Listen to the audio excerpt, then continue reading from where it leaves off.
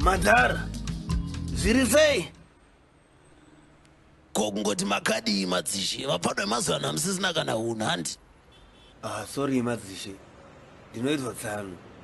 Ndini ndinenge ndakugara pano apo. Tsano, what kind of name is that? Is there a voters row here? Apa una property? Type of register here. But to tape out, how meaty such a chete these days. Rangu chairo ndi Michael.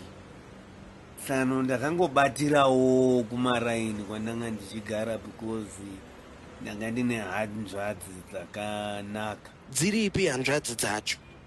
Dzakawanikwa but kwasara one chete ari kuprimary. Saka uri kuzvitaurira izvozvo. Uri kuona tatotadza kuwirirana, hatatowirirani. Nekuti zvinhu zvakutaura ndezvo. Sorry yangu Madhara mazoti ndinokudanai kuti unoti comrade Damburanduwe. Ndada kugara ndakuudza hangu kutipira mfano wangu kuti panhu pawaigara apa pawapinda apa pakafira pfambi. Saka ukazoona zvangu kunetsa kumberi uku wakunzwa pakati peusiku pachirira macheso, uziva kuti ndo pane problem. Inini unongonditi Rasta shamas, tiri vana nezvipande.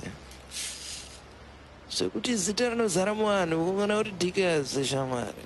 Hapana zvatoziva sha. Hauna kuroora futi. Mudzimi yako mupfana inotora ma-leave days paziripo. Phone. Hello baby. Ndiri mvengi. Ndiri mvengi. Tukurova iri kuuya baby inzwa. Ma withdrawals. Bumira pan mira ndo po.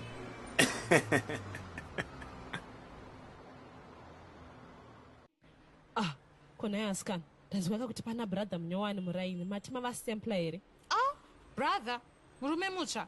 Pape asikana. Munongonzwa news asi musingaudze vamwe. Asikana zvinhu zvandakaudzwa manheru ano naDamburanduwe auya kuzotsvaka fodya. Tikuzivana. Mune umbimbi ndoga. Wona iwe.